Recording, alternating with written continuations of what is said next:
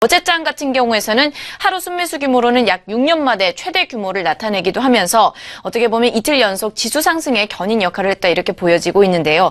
주로 급락장에서 지수 버팀목 역할을 그러니까 수비수 역할을 했던 연기금이 이제는 상승장에서 공격수로 나섰다 이렇게 해석이 되고도 있습니다. 시장의 방향성 함께 좀 살펴보도록 하겠습니다.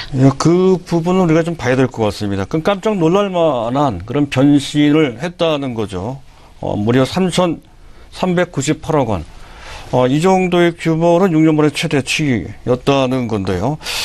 놀랍다 했던 것은 사실은 금년 들어서 연기금이 비교적 우리 시장에 적극적으로 참여할 것으로 기대했던 것과는 달리 최근까지 연기금, 국민연금입니다. 국민연금의 우리 시장의 참여도는 기대에 훨씬 못 미치는 그런 모습으로 일관했다는 거죠. 5월만 해도 4,742억 원.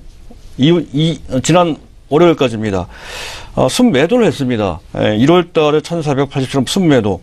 2월 달 들어서 간신히 순매수로 전환되면서 7,540억. 2월 달에 3월 달에 2,330억. 4월 달에 3,900억 정도.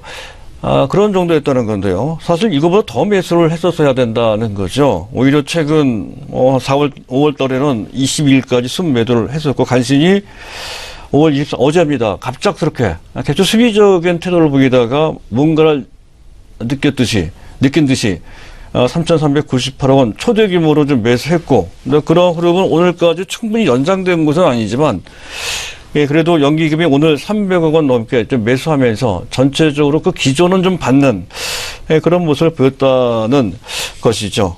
그리고 이들이 왜 이러한 상당한 변신을 했는지를 알기 위해선 차근차근 살펴봐야 된다는 건 당장 어제 그들 연기금이 매수한 종목, 국민연금입니다. 매수한 종목이 무엇일까를 한번 볼 필요가 있다는 건데요. 운송장비는 자동차 쪽입니다. 자동차 쪽은 495억 원. 그리고 의뢰권, 금융주들, 특히 은행, 금융지주 쪽이죠. 금융지주 쪽으로 400억 원. 실적이 상당히 좋습니다. 탄탄하고요. 그리고 보험사들도 최근에 실적이 좋아지고 있습니다. 그래서 231억 원. 특기할 만한 것은 아마 오늘 제약주가 강한 것도 이와 어느 정도 한때 무관하지 않다는 것으로 판단이 되는데 의약품 쪽이 101억 원 정도 된다는 것이죠. 더 나아가서 연기금이 어제뿐만이 아니고 올해 좀 5개월째 진행되고 있는 현재 상태에서 가장 많이 매수한 종목이 무엇인지 랭킹 10종목을 한번 볼 필요가 있다는 건데 가장 많이 매수한 종목은 충분히 예상할 수 있듯이 하이닉스였었습니다. 2,063억 원. 그리고 삼성전기 1,370원. 이 두 종목은 자주 제가 언급했던, 강조드렸던 종목들이죠. 많이 올라가고 있습니다. 특히 삼성전기가 많이 올라가고 있죠. 또 롯데쇼핑이 1,340, LG화학이 1,110억, 또 대한항공이 975억, 그 외에 포스코가 있고요. 또 LG가 있는데 특기할 만한 것은 제약주 중에 한 종목이 들어갑니다. 제약주 중에 가장 큰 종목이죠. 유한양액이 들어가 있고요. 롯데케미칼이 들어가 있고요. 또 메리츠 종금증권이 들어가 있습니다. 그래서 이들 종목들을 보게 되면 시장 기류에 어느 정도 맞춰주면서 또 어느 한쪽에 치우치지 않으려고 하는 그런 모습도 충분히 담겨 있다는 것이죠. 그 점을 우리가 볼 필요가 있다는 건 어쨌든 특징을 한번 짚어본다면 현재 코스피가 상당히 많이 올라간 그런 상태에서 특히 어제 같은 경우에는 코스피 지수가 사상 최고치를 갱신했는데 자, 우리나라 기관이 코스피 사상 최고치를 유도하는 모습은 극히 드문 모습이죠.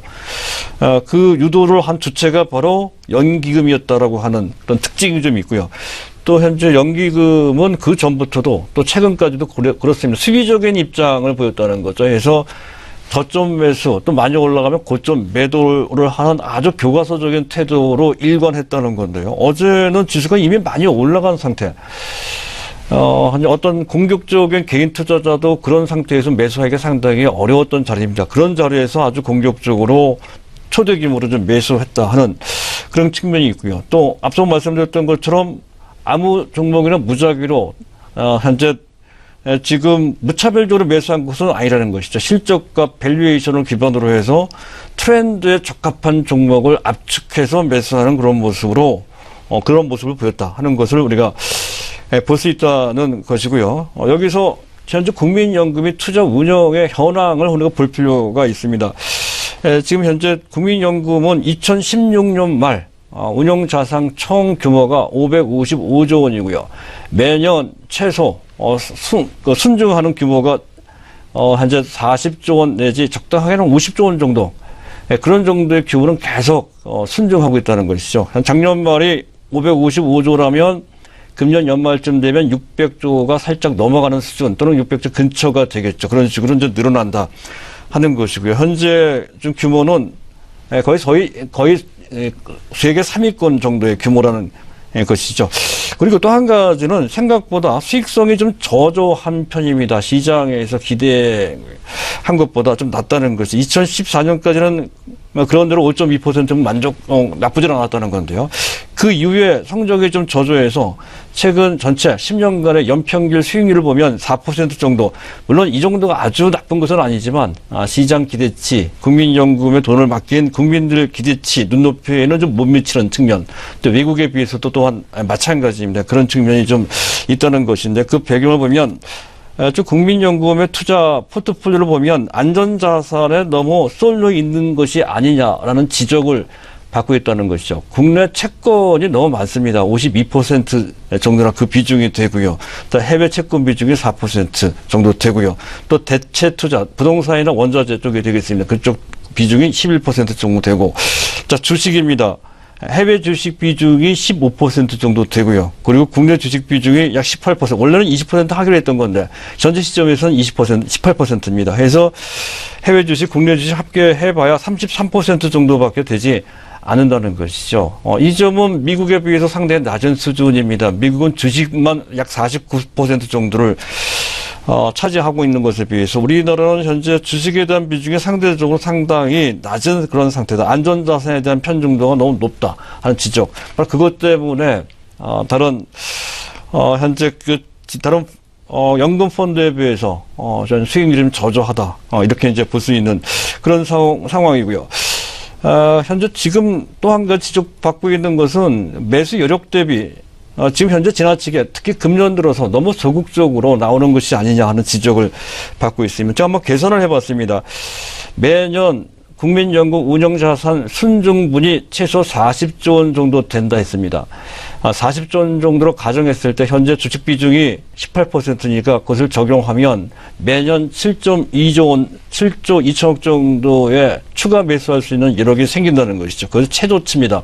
그리고 최대치 50조 원까지 증가가 된다라고 가정했을 때 금년 연말쯤 됐을 때 국민연금의 운용자산 총액은 약 605조가 되는 거고요. 거기에 20%까지 할 수 있게 돼 있습니다. 그렇다면 121조가 되는 것이고 현재 국민연금의 주식자산 비중은 주식자산 규모는 100조입니다. 121조 빼기 100조 하면 21조가 남죠. 따라서 21조 원까지 투자할 수 있는 그런 여력이 있다는 건데요. 그렇다면 금년 최저 7조 2천억에서 21조 원까지 추가 투자할 수 있는 여력이 있습니다. 자, 그럼에도 불구하고 지난 1월 달부터 5월 22일까지 그들이 현재 우리 시장에 매수한 규모는 상당히 저조합니다. 1조 1천억 정도밖에 되지 않는다는 것이죠.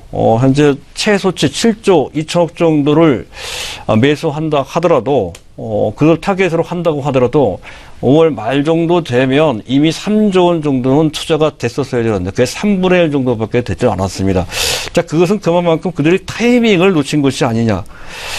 종합지수로 봤을 때 2000포인트 이상에서는 매수를 약간 이제 꺼려하는 그런 모습이 역력하게 나타났다는 것이죠. 금년 1월 달부터 그랬습니다. 1월 달 2000포인트 넘어선 다음부터는 오히려 매수하기보다는 약간 후퇴하는 듯한 그런 모습이 나왔고, 그리고 어떤 주가 상승의 추가적인 모멘텀이 생긴 다음, 그것이 확인된 다음 2월 달부터 조금 능동적으로 매수하는 모습이 나왔지만 그 역시 제한되는 그런 모습으로 일관되는 그런 상태가 됐다는 것이죠. 그래서 그런 것을 보게 되면 그런 상태 하에서 갑자기 어제 5월 23일 화요일 날입니다. 그들이 갑작스럽게 3,400억 원 정도의 6년 만에 최대 규모로 매수했다고 한다면 뭔가의 변화가 있을 것이다 하는 것이 충분히 추론이 가능하다는 건데요. 지수 위치가 상당히 높거든요. 과거에 보였던 행태와는 전혀 다른 행태.